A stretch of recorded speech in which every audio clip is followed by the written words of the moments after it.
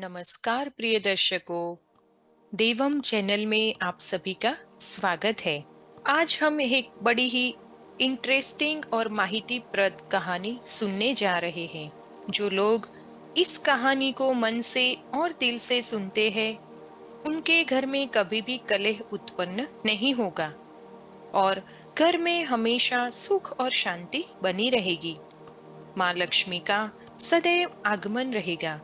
प्रिय मित्रों, ये तो अक्सर हम सुनते ही है कि जिस घर में लड़ाई झगड़े होते हैं, उस घर में बरकत नहीं होती, माँ लक्ष्मी का आगमन नहीं होता। जिस घर में शांति होती है, उस घर में हमेशा सुख समृद्धि बनी रहती है और वहाँ माँ लक्ष्मी का वास सदैव बना रहता है।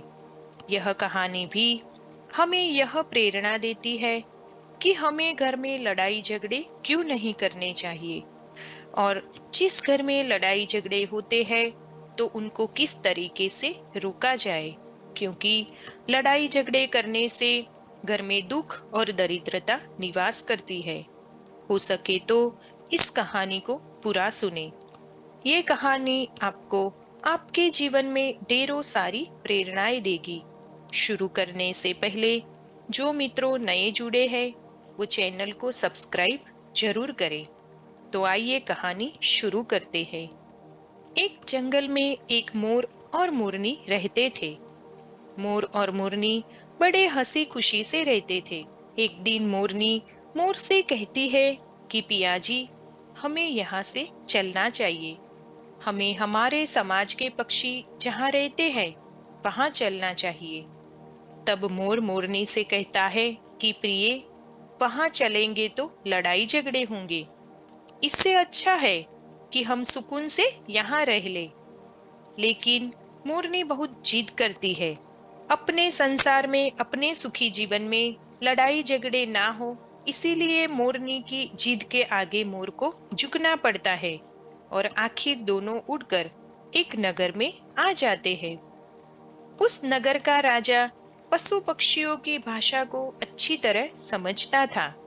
उस नगर के राजा ने ऐसे एक शास्त्र की पढ़ाई की थी जिससे वो पशु पक्षियों की आवाज को समझ सके।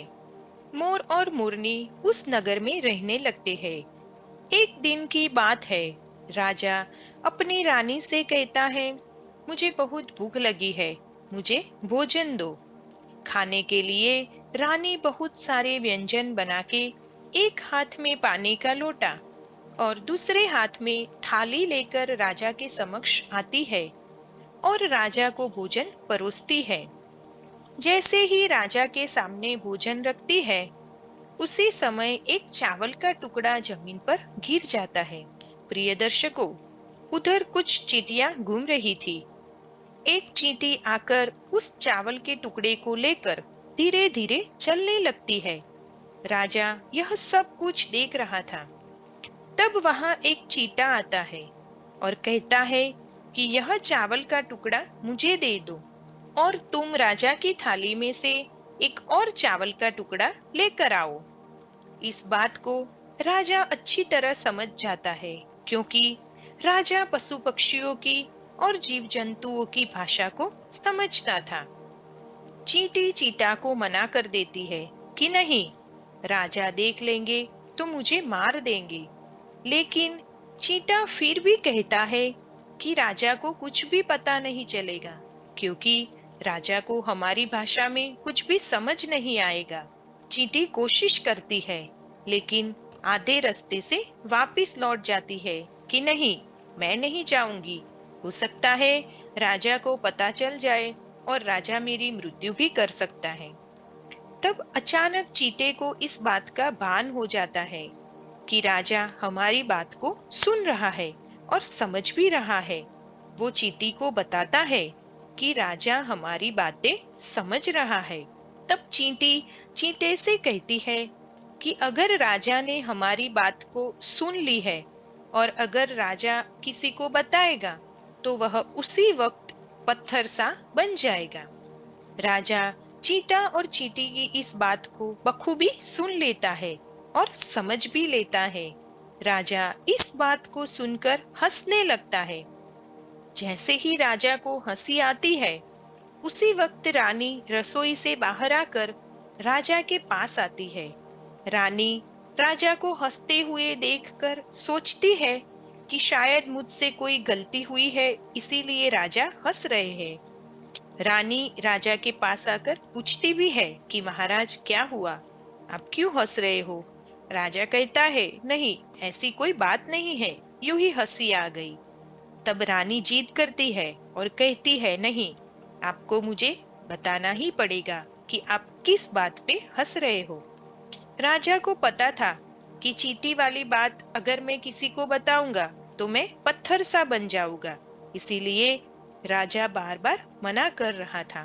तब रानी कहती है कि अगर आप मुझे सच्चा प्रेम करते हो तो मुझे बताना ही पड़ेगा। राजा तो बड़े धर्म संकट में पड़ जाता है। राजा बार बार मना करता है, क्योंकि अगर वो रानी को बता देगा तो पत्थर सा बन जाएगा, और नहीं बताता तो रानी का विश्वास खत्म हो जाएगा। रानी बहुत जिद करती है। प्रिय दर्शकों, कहते हैं ना कि बाल हट और स्त्री हट, ये दोनों से ही हो सके उतना दूर रहना चाहिए। रानी की स्त्री हट के आगे राजा को झुकना पड़ता है, और राजा कहता है ठीक है, मैं आपको बताता हूँ, मगर आपको बाद में पछताना पड़ेगा।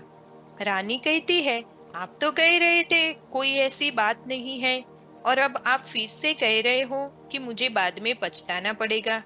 अब तो जरूर कोई बड़ी बात है। अब तो रानी और भी ज्यादा जिद करने लगती है। राजा कहता है अगर आप नहीं मान रही हो तो हम किसी जंगल में चलते हैं, वहां मैं आपको पूरी बात सुनाऊंगा। राजा रानी तो रथ में सवार होकर जंगल की ओर निकल पड़ते हैं। जंगल में पहुंचते ही राजा रानी को बात सुनाने लगता है। आधी बात सुनाते सुनाते राजा आधा पत्थर सा बन गया। राजा रानी से कहता भी है कि मैं धीरे धीरे पत्थर सा बनता जा रहा हूँ, तुम बहुत पछताओगी।